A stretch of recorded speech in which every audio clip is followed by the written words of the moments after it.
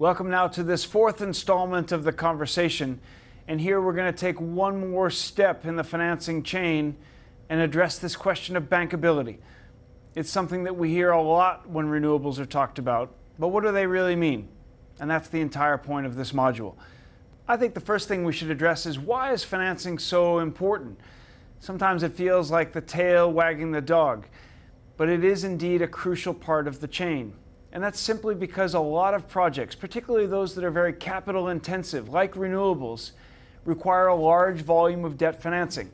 You know, out in the capital markets, debt really constitutes the large share of where capital is swimming around every day looking for a return.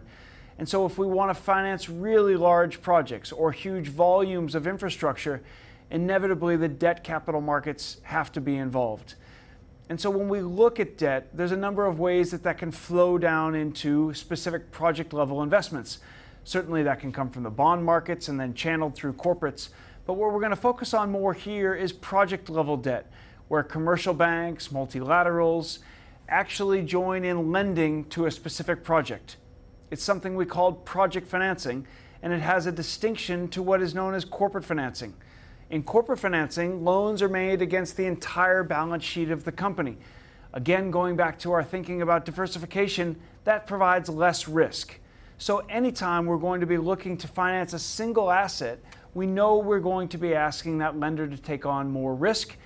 The question now is, how can we go in the opposite direction?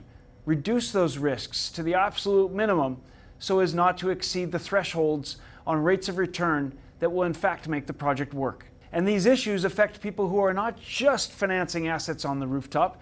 It really affects everyone, because no matter whether you're buying through a PPA, buying through some kind of RESCO model, or indeed investing yourself, it's ultimately going to come down to the bankability of that project, and all of the economics of the transaction will end up driving towards pricing, tenor, duration, and all of the risks that we've explored throughout this course. So it is indeed a key part of the puzzle.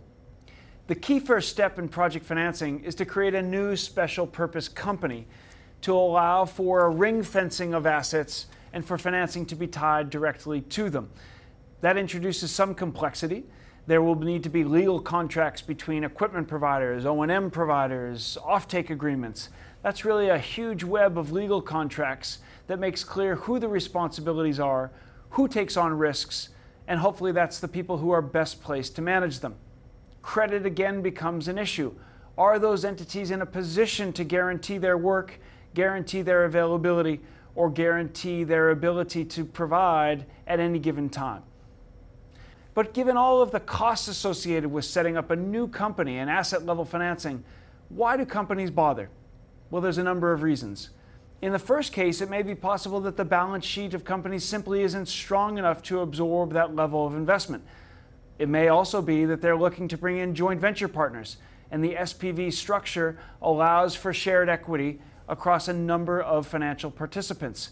It may be particularly relevant when actors are looking to recreate the capital structure for specific projects.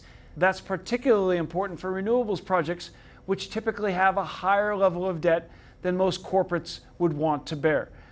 Finally, there's the idea that project financing somehow creates an arm's length discipline, insulating the actors running the economics for the benefit of the project rather than for the companies who are involved.